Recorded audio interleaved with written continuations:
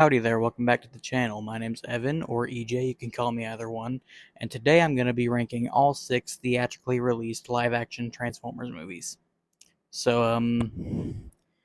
Recently I've been getting back into my Transformers phase, so much so that I've started collecting action figures again, as I'm sure you could see, and there's a new movie coming out this year, Rise of the Beast, and it seems like Transformers at the moment are just like the biggest they've been in a while because I'm seeing memes of them everywhere. A lot of people like debating about stuff online.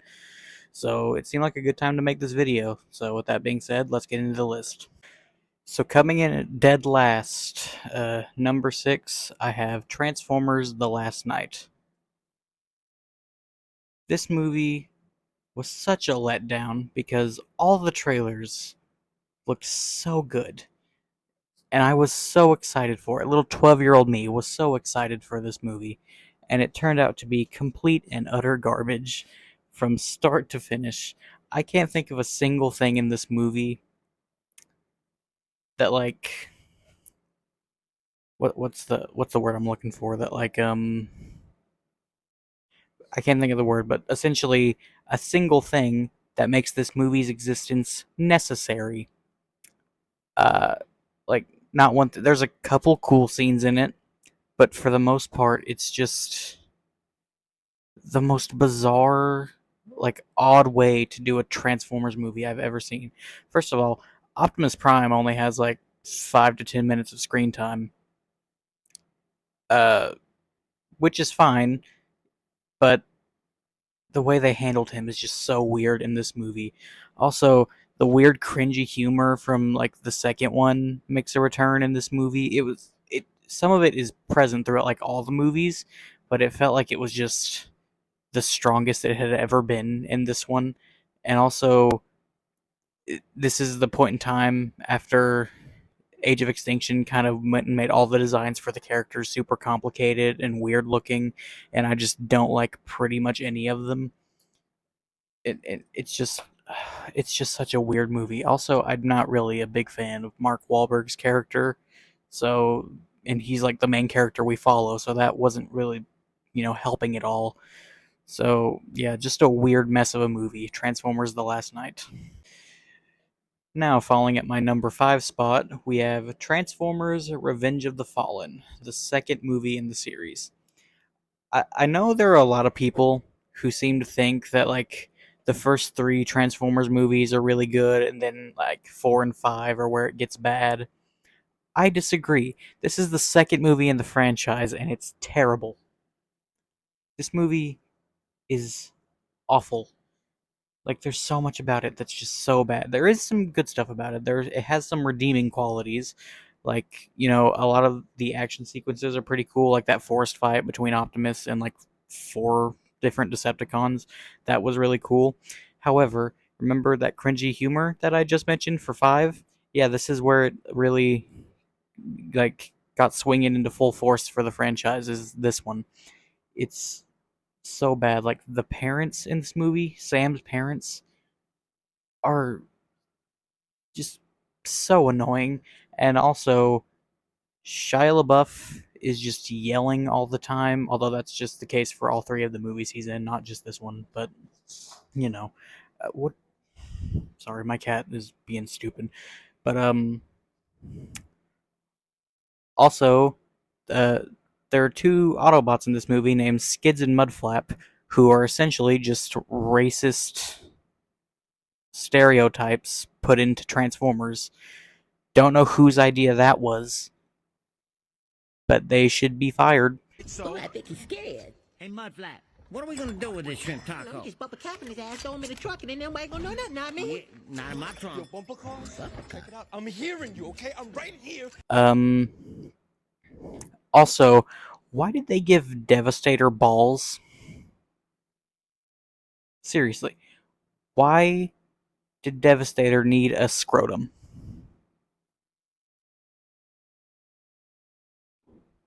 Did they think it was funny? It wasn't. God, it's such a weird movie. Also, that Leo guy is just yelling the entire time, and he's really annoying. I it, this movie, man. It's something, but whatever. Now falling into the number 4 spot on my list, funny enough, is the 4th movie in the franchise, Transformers: Age of Extinction. Now this movie is not good. Let me make that clear. Can't stress it enough. It's not a good movie. However, it's kind of a guilty pleasure of mine. Like, I can sit down and enjoy this movie regardless of a lot of the cringy humor and the terrible designs and its ungodly length. Why is this movie so long? And also, hang on, just remember something. There's one scene in this movie that I just flat out can't excuse. I'm just gonna play it for you real quick, because if I put it into words, I don't know if anyone who hasn't seen this would believe me, because it's wild that this exists. How old are you? 20. She's a 17-year-old girl. So we can work this two ways. One, I punch you right in the mouth and you call the police on me. Dad. Or two, I just call the cops on you because this is illegal. She's a minor. We're protected by the Romeo and Juliet laws. We dated for a little while. I was a sophomore and he was a senior. It's fine. No, it's not fine. We've got a pre-existing juvenile foundational relationship. Statute 2705-3. What? Texas statute? That a real law? Yep. That is a real scene that is in this movie. Michael Bay directed that. Somebody wrote that. The editors of this movie left it in. That was then ran by studio executives, and then that was then released to the public. And none of them saw anything wrong with that. By the way, this movie is about big robots that turn into cars. Are we going to focus on that? No, we're going to talk about Mark Wahlberg's 17-year-old daughter dating a 20-year-old man, and why that's okay. God, this movie's bizarre. And on the actual Transformers side of things, I don't like the way Optimus is handled in the Bayverse Transformers movies, like, at all. When in the first movie, he's fine. He's pretty faithful to how Optimus Prime should be as a character. You know, the fearless leader who's there to motivate everybody. And, you know, it's Optimus Prime, essentially. You know what he's about. But then as the movies continue, he just becomes a war criminal. Like, he's straight up a psychopath. I think there's not a single movie past the first one where he doesn't say, "I'll kill you," at least one time. In this movie specifically, as soon as he wakes up, the first thing he says is, "I'll kill you," and then he repeats it like 4 times. Holy... I'll kill you!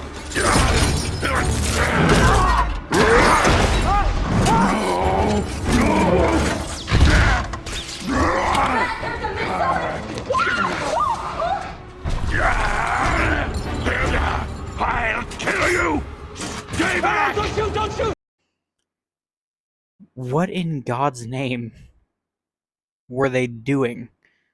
And listen, I'm fine with, like, different takes on characters, but my problem with this is, even if it is a different take on Optimus Prime, everybody in the movie still just treats him as if he's normal Optimus Prime, you know, just like the noble leader who's there to motivate everybody. But no, this guy is just mercilessly killing everything he sees, and everybody's just still like, "Oh, that's just Optimus." I don't like that. Dug the bullets out of that Iraqi family's skulls so they couldn't be traced back to us. Today I saw a balloon. Another thing I don't really like about this movie is how Galvatron's handled, but whatever. That one doesn't really bother me as much. Speaking of those bad designs I mentioned earlier, the 2 main offenders of this are Optimus and Bumblebee. Now, both of them have 2 designs each in this movie. Optimus has his like evasion mode thing where he's the cab over truck and he's like all beaten down and rusty. And it's in robot form, it's pretty much just the regular like Bayverse Optimus design from the first 3 movies, except it's all rusty and he has a grill on his abdomen. It's a pretty good design. It's it's fine. I've got no complaints with it really. Oh, excuse me. But then he's like upgrades himself, switches his vehicle form, and I hate the design. I really don't like it because he does not look like a transformer. You can't see essentially any of the truck parts when he transforms other than his smokestacks on his back. And I know everybody defends this by saying that's his night form. That's not a defense. There's no reason his night form can't have, like, I don't know, a wheel or two sticking out every now and then.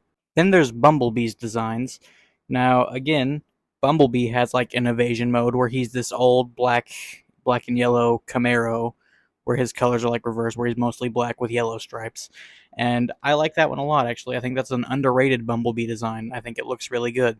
But then he switches forms to like a newer Camaro, and once again, the robot mode just looks like a jumbled mess of parts. It's just a big blob of metal.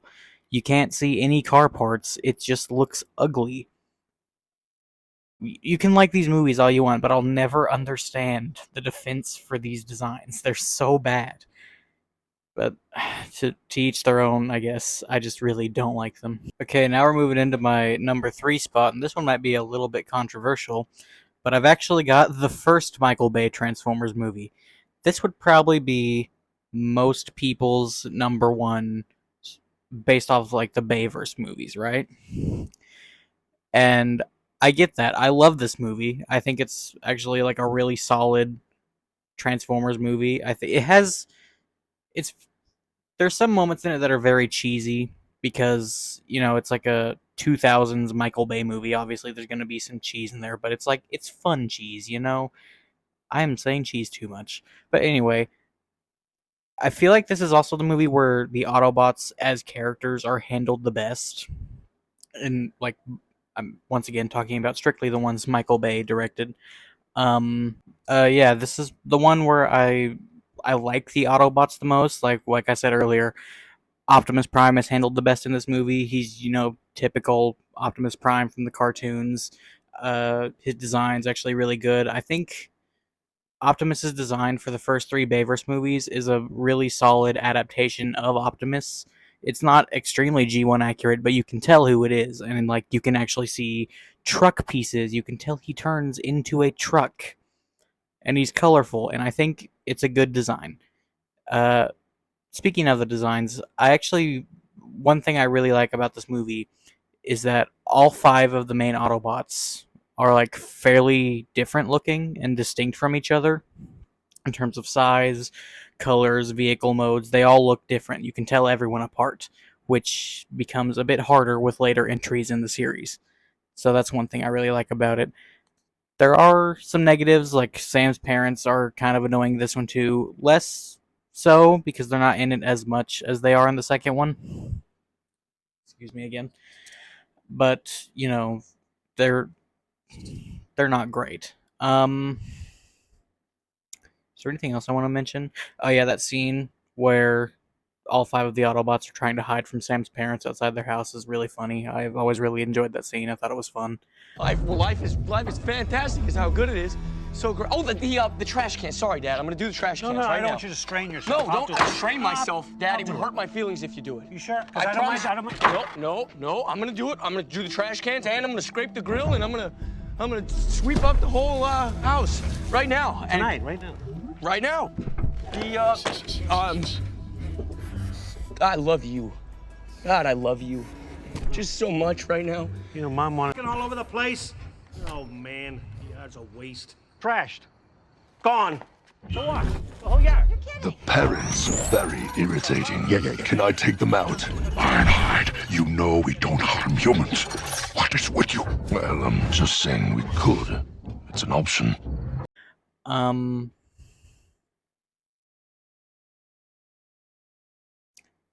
Oh yeah, Megatron's design. What a mess. What is that? That is literally just a mess of metal. That is nothing. What were they thinking? That is awful. Also, for some reason, Starscream is shaped like a Dorito. I would like to know what the people that designed the Decepticons in this movie were thinking. But other than that, very solid movie, very fun Transformers movie. Probably most people's number one, but it's number 3 for me. So now coming in at the number 2 spot on my list, I have Transformers: Dark of the Moon. Now this is the third entry into the series, and I know a lot of people don't like this one, but I've always actually loved this movie. Um, there are things about it that don't really work, like most of the human stuff is pretty boring. Um, like Sam getting a job, I didn't really care about at all. However, all of the Autobot stuff, I just loved. Like, first of all, the whole like betrayal of Sentinel and him killing Ironhide and him being like Optimus's former mentor. I liked all of that. Indeed I am. What you must realize, my Autobot brothers, is we were never going to win the war. For the sake of our planet's survival, a deal had to be made with Megatron.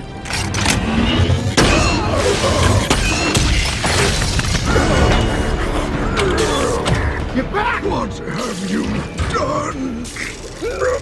I hereby discharge you from duty. Get back!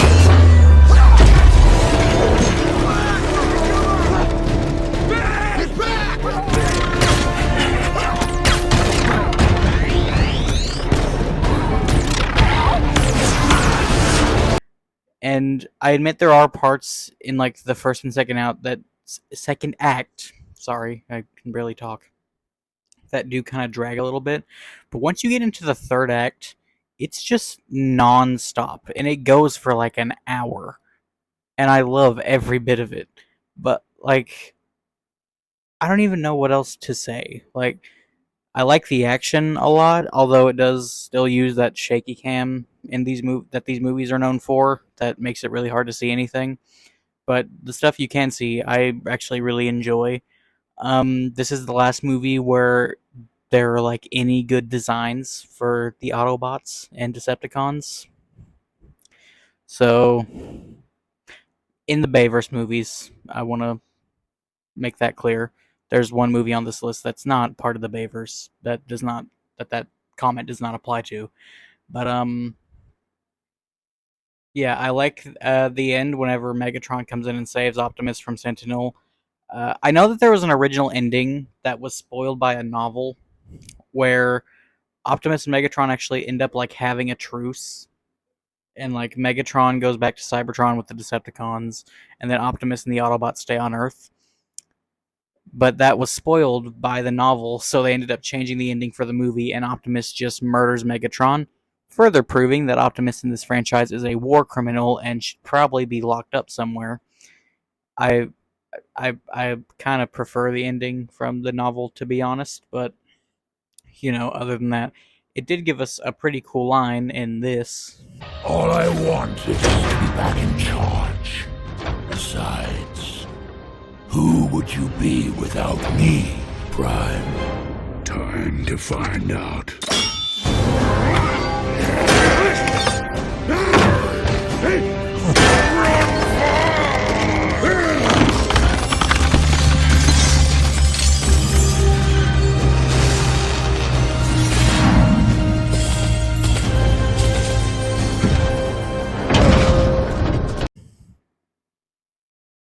That was kind of cold.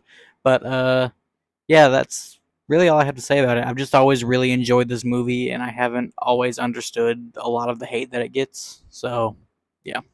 And now, coming in at my number 1 spot, to probably no one's surprise, I have Bumblebee. This is, like, by far the best live-action Transformers movie. Now, I know there's not a whole lot of Transformers in it. Like, the main cast really just consists of Bumblebee and then the two main Decepticons, Shatter and Dropkick. However, it's the first one that actually has a pretty good story. Well, that's not true. Okay, it's one of the few movies that actually has a story that's executed well, is what I'll say. Also, it's the only movie in the franchise with likable human characters. Like Charlie, the main character, is a character that I actually enjoyed, which rarely happens with the live-action Transformers movies, because Sam was just loud and annoying, and then Cade Yeager was Mark Wahlberg. So, not a whole lot to like there. But Charlie is actually just like a normal person, like an actual enjoyable character. So that was refreshing. Also, the designs in this movie are peak. They nailed every single one of them.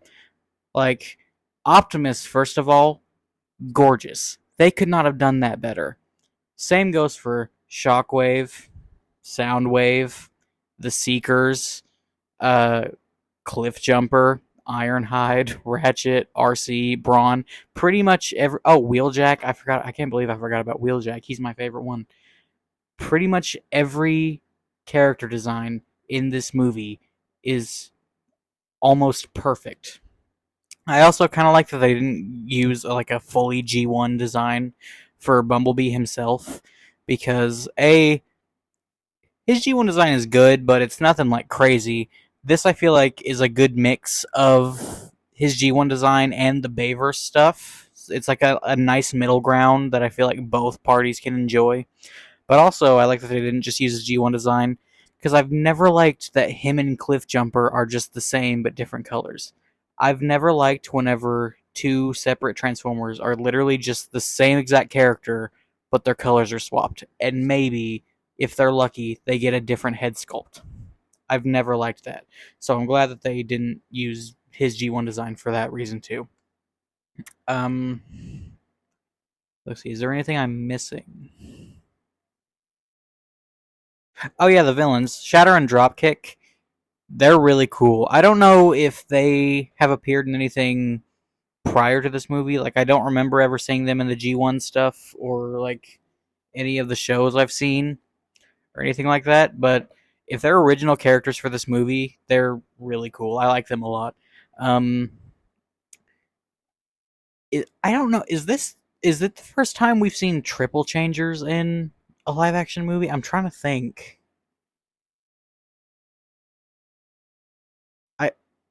I think it is, but I'm not entirely sure. I need to rewatch some of these movies. If it is the first time we've seen triple changers, that's really sick. I don't love that they just made Blitzwing look like Starscream. Yeah, I'm just not really... I don't see why they couldn't have just made Blitzwing look like Blitzwing. Or at least something else. They really just made him look like Starscream for some reason, which I've never understood. But other than that, I'm trying to think about stuff I really don't like about this movie, but there's not a lot. I actually really love it. Yeah, I think that's about all I've got to say about it. That's my number one, Bumblebee. And that's the list. Let me know what your ranking of these movies are down below. And remember, it's all just opinion-based. Everyone's going to have a different list. Everyone's going to, have their own ways to think about these movies, their own attachments to them. So keep it civil. Like I said, did I mention it in the intro? I don't remember if I did, but Transformers Rise of the Beasts is coming out later this year. I'm very excited for that. It seems like we're going to be getting a new trailer for it in the Super Bowl, which isn't in like a week or two, so I'm keeping an eye out for that. If you enjoyed this video, feel free to leave a like, comment, and subscribe. Turn on post notifications if you don't want to miss any of my future uploads. I usually upload every Sunday morning, or at least I try to. And that's about all I got for you today. See ya.